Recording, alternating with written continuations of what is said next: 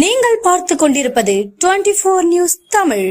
கொடைக்கானல் வன சுற்றுலா தலமான பேரிஜம் பகுதியில் யானைகள் நடமாட்டம் அதிகமாக இருப்பதன் காரணமாக சுற்றுலா பயணிகள் செல்வதற்கு தடை விதித்துள்ளனர் கொடைக்கானல் வனத்துறையினர். திண்டுக்கல் மாவட்டம் கொடைக்கானலில் பல்வேறு சுற்றுலா தலங்கள் உள்ளது.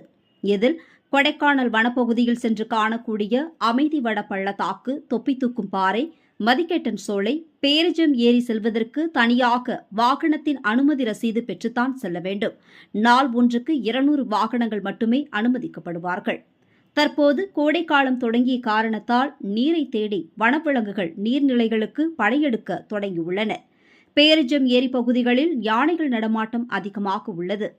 கொடைக்கானல் வன சுற்றுலா பகுதிகளுக்கு செல்லும் சுற்றுலா பயணிகளின் நலன் கருதி யானைகள் அடர்ந்த வனப்பகுதிக்குள் செல்லும் வரைக்கும், மீண்டும் மறு உத்தரவு வரும் வரைக்கும் சுற்றுலா பயணிகளுக்கு பேரிஜம் வனப்பகுதிக்குள் செல்வதற்கு கொடைக்கானல் வனத்துறையினர் தடை விதித்துள்ளனர்.